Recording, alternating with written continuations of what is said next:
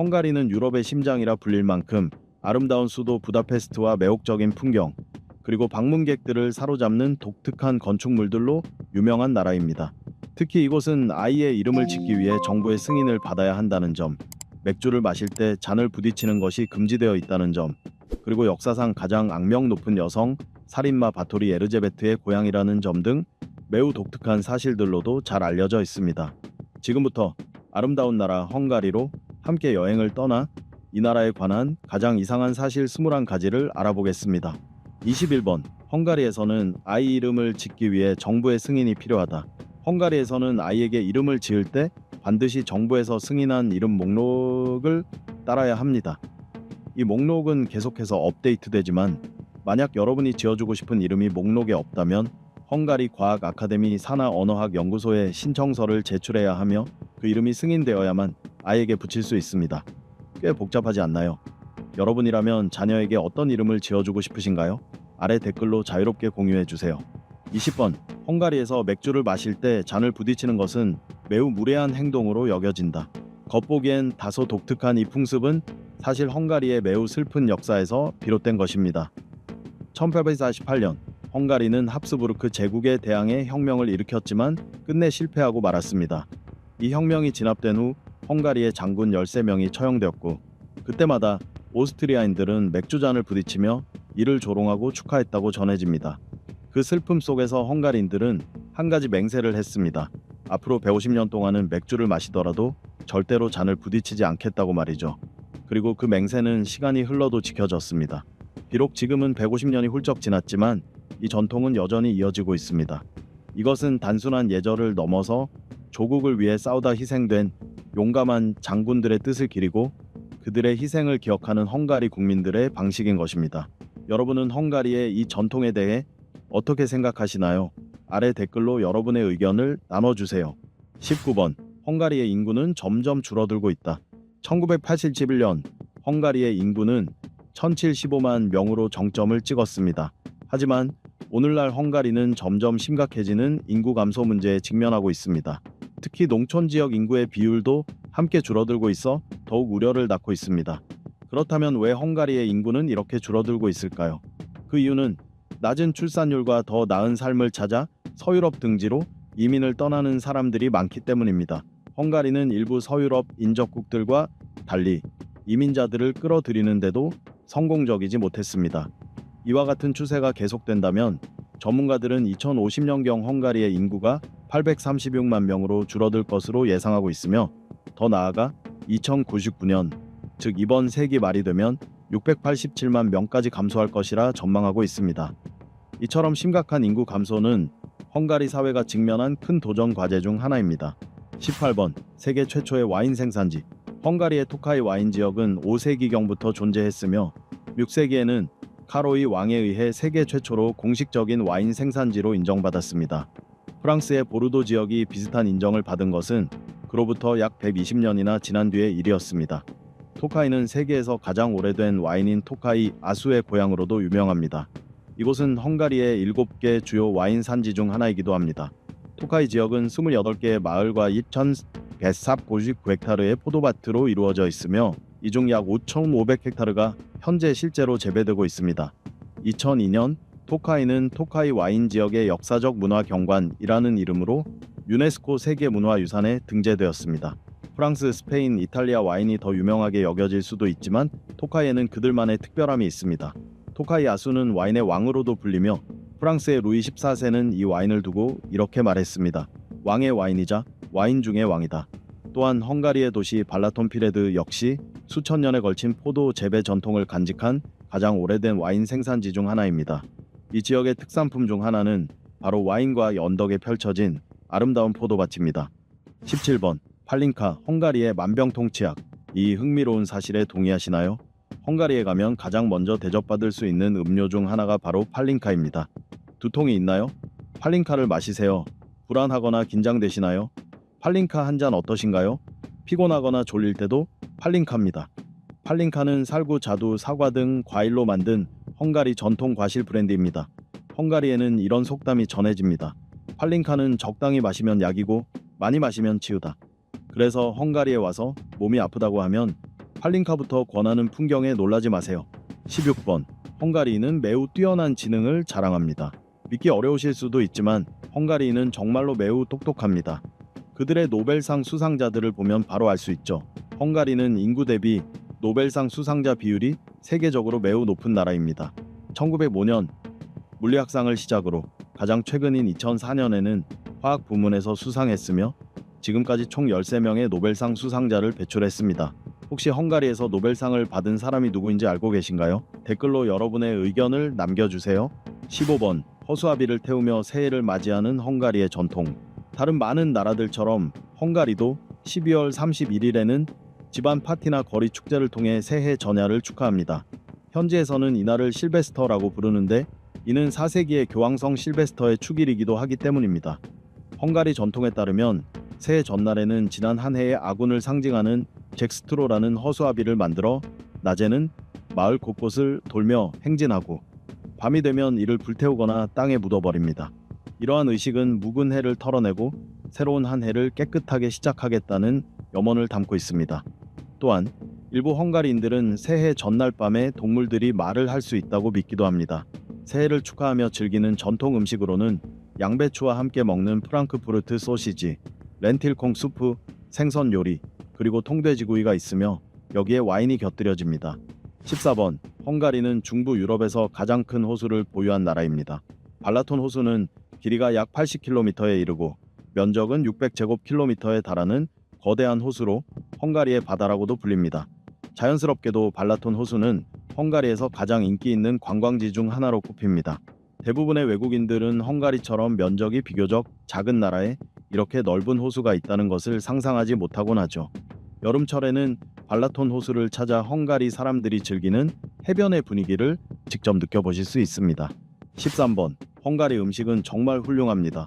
헝가리 요리는 강하고 풍부하며 다양한 맛으로 잘 알려져 있습니다. 헝가리 음식을 처음 접하시는 분이라면 지금 소개해드리는 특별한 요리들을 절대 놓치지 마세요. 먼저 헝가리를 방문한다면 반드시 맛봐야 할 대표적인 요리 굴라쉬입니다. 굴라쉬는 소고기, 감자, 당근, 고추, 다양한 향신료 등을 넣고 끓인 스튜 형태의 전통 요리입니다. 가끔은 돼지고기나 송아지고기로 맛을 달리해 즐기기도 합니다. 이 요리는 헝가리를 대표하는 음식으로 자리 잡았으며 꼭 한 번쯤은 경험해 보셔야 할 메뉴입니다. 또 다른 흥미로운 요리로는 어부의 수프, 즉 헬라슬레 수프가 있습니다. 이 수프는 잉어, 메기, 송어, 피크 등 다양한 생선을 사용해 만들며 파프리카가 듬뿍 들어가 깊은 붉은색을 띠는 것이 특징입니다. 특히 추운 겨울이나 저녁 식사로 즐기기에 아주 적합한 따뜻한 음식입니다. 그리고 랑고시는 헝가리 사람들이 매우 좋아하는 간식입니다. 터키에서 유래된 것으로 알려져 있으나 고대 로마 시대로 거슬러 올라간다는 주장도 있습니다. 이 음식은 튀긴 빵 위에 치즈, 마늘 소스, 소시지, 사워크림 등을 곁들여 먹습니다. 헝가리 거리나 시장 혹은 발라톤 호수 근처의 식당에서도 손쉽게 즐기실 수 있습니다. 여러분은 헝가리 음식에 대해 어떻게 생각하시나요? 혹시 이미 드셔본 헝가리 요리가 있다면 아래 댓글로 여러분의 경험을 공유해 주세요. 12번. 헝가리는 비타민C를 발견한 나라입니다. 여러분은 매일 비타민C를 챙겨 드시나요? 그렇다면 아래 댓글로 알려주세요. 세계적으로 가장 유명한 비타민 보충제 중 하나인 비타민C는 1930년대 헝가리의 생리학자 알베르트 센트죄르지에 의해 발견되었습니다. 헝가리 남부 세게드 대학교에서 연구하던 그는 동료 연구자 요제프 스비르벨리와 함께 비타민 C를 발견했고 이 공로로 1937년에 노벨상을 수상하게 됩니다. 뿐만 아니라 당시 헝가리에서 함께 진행된 고리와 에스베의 획기적인 연구는 비타민 C가 우리 건강에 얼마나 중요한 역할을 하는지를 세계에 알리는 데 큰 기여를 했습니다. 11번. 역사상 가장 악명 높은 여성 살인범의 고향. 헝가리 출신의 한 역사적 인물은 세계에서 가장 많은 사람을 죽인 여성으로 기네스북에 등재되어 있습니다. 그녀의 이름은 바로 바토리 에르제베트입니다. 바토리는 16세기와 17세기에 활동했던 헝가리 귀족 여성으로 역사상 가장 악명 높은 여성 연쇄 살인범으로 불립니다. 1515년부터 1910년까지 그녀는 4명의 공범과 함께 수백 명의 젊은 여성들을 고문하고 살해한 혐의를 받았습니다. 재판 과정에서 언급된 최대 희생자 수는 무려 650명에 달합니다. 그녀의 잔혹한 범죄는 300명이 넘는 목격자와 생존자의 증언, 그리고 체포 당시 발견된 끔찍한 시신들과 갇혀있던 소녀들로 인해 사실로 확인되었습니다. 특히 그녀가 젊음을 유지하기 위해 처녀의 피로 목욕을 했다는 이야기는 유명하며 종종 흡혈귀처럼 묘사되기도 했습니다. 이로 인해 그녀는 흔히 왈라키아의 블라드 3세, 즉 드라큘라 백작과 비교되곤 합니다. 10번. 부다페스트는 세계에서 온천이 가장 많은 도시입니다. 헝가리는 바다와 접해 있지 않지만 그렇다고 이 나라가 온천 애호가들의 천국이 되는 데에는 전혀 문제가 되지 않습니다. 헝가리 전역에는 무려 1300개가 넘는 온천이 분포되어 있으며 그 중에서도 부다페스트는 세계에서 가장 많은 온천을 보유한 도시로 손꼽힙니다. 헝가리는 연중 내내 다양한 온천 스파 서비스를 제공하고 있으며 이는 누구에게나 휴식과 회복의 기회를 줍니다. 특히 헝가리의 찬란한 수도 부다페스트는 거대한 온천 수량으로 전 세계에서 독보적인 위치를 자랑합니다. 이 도시에는 하루에 최대 7천만 리터의 온천수가 솟아납니다. 이렇듯 부다페스트는 온전히 몸을 담그고 힐링을 원하는 사람들에게는 진정한 낙원입니다. 부다페스트의 온천수는 그 양뿐만 아니라 풍부한 미네랄과 치유 효과로도 유명합니다. 여러 건강 문제에 놀라운 효능을 보여주기 때문에 단순히 즐거운 체험을 넘어 건강 회복에도 도움이 되는 자연 요법으로 주목받고 있습니다. 자연스럽게 건강을 챙기고 싶으시다면 부다페스트가 정답입니다. 부다페스트에는 대표적인 두 개의 대형 온천이 있습니다. 첫 번째는 세체니 온천으로 헝가리 수도에서 가장 큰 자연 온천입니다. 지역 주민들과 함께 교류하고 싶으시다면 이곳을 추천합니다. 도심 공원 안에 위치해 있으며 실내탕과 야외탕 모두 갖추고 있어 편안하게 원하는 공간을 선택하실 수 있습니다. 두 번째는 갤레르트 온천입니다. 갤레르트 호텔 옆에 위치한 이곳은 세체니보다 더 크고 고급스러운 분위기를 자랑하며 인공 파도가 있어 마치 바다에서 서핑하는 듯한 느낌을 줍니다. 현지인들과의 만남을 피하고 싶으신 분이라면 이곳을 선택하세요. 대부분의 방문객이 관광객이기 때문입니다.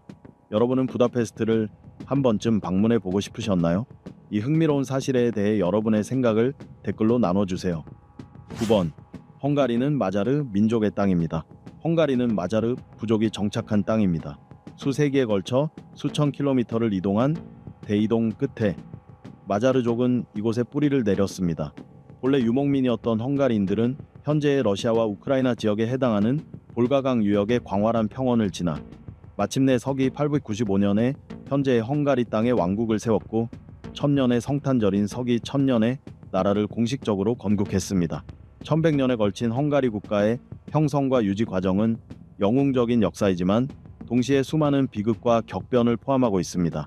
1141년부터 1142년까지는 몽골의 침략으로 거의 멸망에 가까운 피해를 입었으며 1141년부터 1699년까지는 무려 150년 동안 오스만 제국의 지배를 받았습니다. 이후에는 150년 이상 합스부르크 제국의 통치에 놓이기도 했습니다. 1867년부터 1918년까지 오스트리아 헝가리 이중제국 시기에 이르러서야 비로소 독립을 얻고 약 50년에 걸쳐 평화와 번영, 그리고 눈부신 발전을 누릴 수 있었습니다. 그러나 20세기에 들어서며 헝가리는 두 차례의 세계대전 모두에서 패전국이 되었습니다. 그 결과로 국토의 3분의 2가 주변 국가들에 분할되었고 국민의 3분의 2는 하루아침에 외국 국적자가 되어야 했습니다. 이러한 아픈 과거는 오늘날까지도 헝가리 국민들의 마음속에 깊이 남아있지만 그와 동시에 꿋꿋하게 나라를 지켜온 자랑스러운 정신 역시 함께 기억되고 있습니다. 이 위대한 민족의 영광스러운 역사에 대해 여러분은 어떻게 생각하시나요? 댓글로 여러분의 생각을 들려주세요. 8번. 헝가리어는 마자르어에서 유래한 언어입니다. 헝가리의 공용어는 헝가리어이며 마자르어라고도 불립니다. 이 언어는 슬라브어도 아니고 라틴어 계열도 아닙니다. 헝가리는 다양한 민족이 함께 살아가는 나라로 각 공동체가 사용하는 언어도 다양합니다. 헝가리인의 대다수는 약 70%를 차지하는 슬라브계 가톨릭 신자이며 무슬림은 소수에 해당합니다. 현재 헝가리에는 약 10만 명의 유대인도 거주하고 있습니다. 헝가리어는 다른 유럽 국가 사람들에게는 배우기 매우 어려운 언어 중 하나입니다. 이는 언어 계통이 전혀 다르기 때문인데 핀란드어와 에스토니아어와 같은 우라러족에 속합니다. 헝가리 내에는 약 500만 명의 헝가리어 화자가 있으며 루마니아, 세르비아 북부, 오스트리아 동부 및 남부, 슬로바키아 등 인접 국가에도 일정 수의 헝가리어 사용자가 존재합니다. 7번. 부다페스트에는 96m보다 높은 건물이 없습니다. 부다페스트 거리 곳곳을 걸어보면 고풍스러운 건축물과 현대적인 도시계획이 절묘하게 어우러진 모습을 쉽게 발견할 수 있습니다. 이것은 이 도시가 오랜 역사와 전통을 간직하고 있다는 뚜렷한 증거이기도 합니다. 그런데 혹시 도시 중심부의 대부분 건물들이 비슷한 높이인 이유가 궁금하셨던 적 있나요? 사실 이 일관성을 깨는 단 두 개의 예외적인 건축물이 있습니다. 바로 헝가리 국회의사당과 성 이슈트반 대성당입니다. 이 두 건물은 모두 정확히 96m의 높이를 자랑하며 도시의 스카이라인에서 우뚝 솟아 있습니다. 부다페스트에는 특별한 도시 조례가 있습니다. 그 어떤 건물도 이 두 상징적인 건축물보다 높게 지을 수 없다는 규정입니다. 이 두 건물은 헝가리의 역사와 국가 정체성을 상징하는 장소로 건축 당시에도 96m로 맞추어 설계되었습니다. 왜 하필 96m일까요? 그 이유는 서기 896년에 마자르족이 지금의 헝가리 지역에 도착해 정착했다는 역사적인 사건에 있습니다. 이 해는 아르파드가 마자르족의 초대 군주로 즉위하며 헝가리 국가가 시작된 해로 헝가리 역사에서 매우 중요하게 여겨집니다. 이에 대한 경의의 표시로 도시의 최고 건축물 높이를 96m로 제한한 것입니다. 또한 숫자 96은 헝가리에서 특별한 의미를 지닙니다. 1896년 헝가리 건국 1000년을 기념해 부다페스트 지하철이 개통되었으며 헝가리 국가국어는 반드시 96초 동안 연주되어야 한다는 전통도 있습니다. 이처럼 부다페스트에서는 숫자 96이 단순한 수치를 넘어서 역사와 문화, 자부심을 상징하는 중요한 의미를 갖고 있습니다. 6번 루빅스 큐브의 발명. 두뇌를 자극하는 퍼즐 하면 가장 먼저 떠오르는 것이 바로 루빅스 큐브일 것입니다. 혹시 이 퍼즐에 푹 빠진 분 계신가요? 있다면 댓글로 남겨주세요. 지금부터 시간 여행을 떠나 1974년 헝가리 부다페스트 시내로 가보겠습니다. 스마트폰도 컴퓨터도 없던 시절 헝가리의 조각가이자 건축학 교수였던 에르노의 루빅이 세상의 퍼즐을 완전히 바꿔놓을 아이디어를 우연히 떠올리게 됩니다. 이렇게 탄생한 것이 바로 루빅스 큐브였습니다. 이 다채로운 색상의 큐브는 곧 전 세계적인 열풍을 일으키며 퍼져나갔습니다. 에르노의 루빅은 이 창의적인 퍼즐을 헝가리의 수도 부다페스트에서 처음 선보였고 그 이후 이곳은 세계에서 가장 신비롭고 매혹적인 퍼즐의 발상지로 자리 잡게 됩니다. 1974년 이래 전 세계에서 3억 5천만 개가 넘는 루빅스 큐브가 판매되며 수많은 퍼즐 애호가들의 손에 들려졌습니다. 지금도 세계 곳곳에서 루빅스 큐브 대회가 열리고 있으며 연령을 불문하고 수많은 참가자들이 자신의 빠른 손놀림과 독창적인 해법을 뽐내고 있습니다. 5번 부드럽게 펜을 만지기만 해도 위대한 작가가 될 수 있습니다. 부다페스트에는 아주 흥미로운 전설이 하나 전해져 내려오고 있습니다.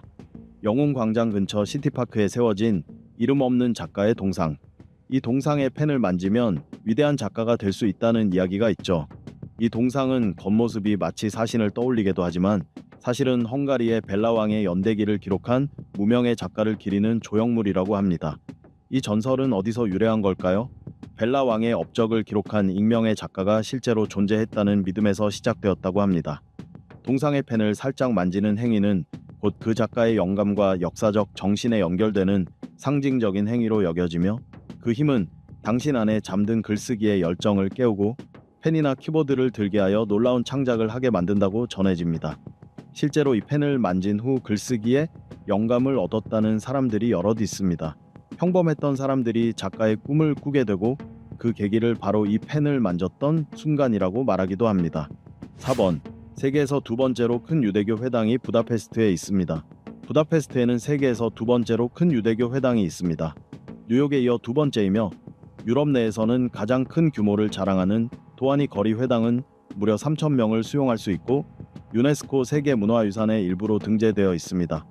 회당 내부로 들어서면 놀라운 건축 양식의 조화가 방문객을 압도합니다. 이 회당은 낭만주의 비잔틴 양식과 무어 양식을 혼합한 독창적인 설계로 뛰어난 예술적 감각을 지닌 건축가의 작품입니다. 그 안으로 한 발 들어서는 순간 마치 한 편의 문화유산을 체험하는 듯한 감동이 밀려옵니다.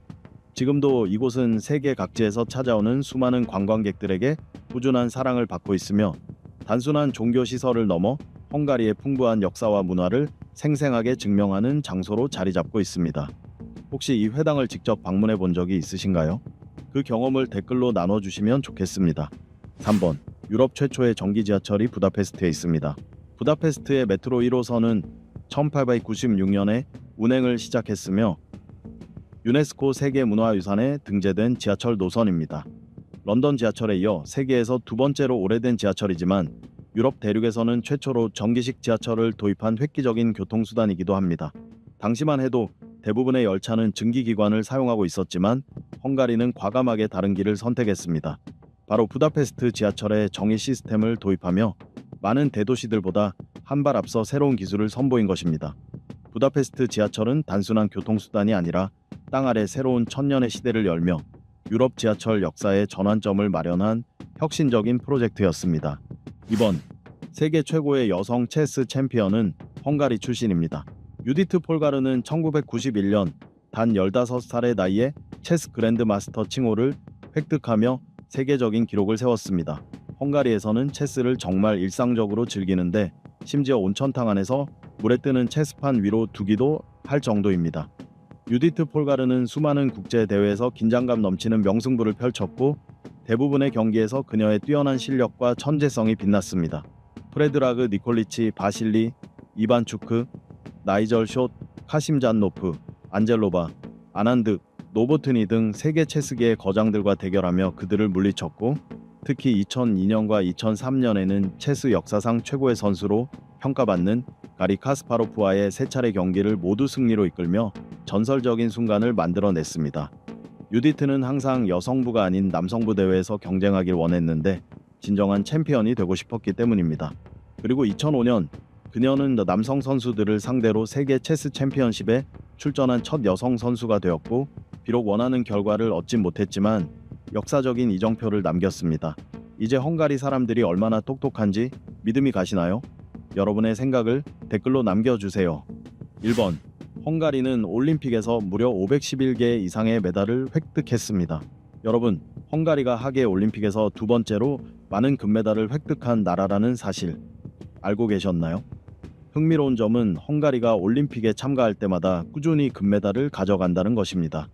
인구 대비 금메달 수로 따지면 헝가리는 핀란드에 이어 세계 2위를 기록하고 있습니다. 헝가리는 20세기 초부터 오늘날까지 올림픽 무대에서 놀라운 성과를 이어왔습니다. 수영, 펜싱, 체조 등 다양한 종목에서 세계적인 기량을 선보이며 헝가리 선수들은 매번 금메달을 수확해왔습니다.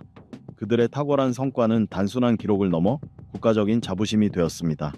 하지만 1920년 헝가리는 올림픽 출전 금지라는 큰 시련을 겪기도 했습니다.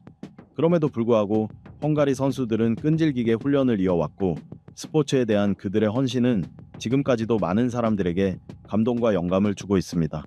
이는 진정한 인내와 회복력의 상징이라 할 수 있습니다. 자, 이렇게 해서 우리는 헝가리에 대한 21가지의 놀라운 사실들을 함께 알아보았습니다.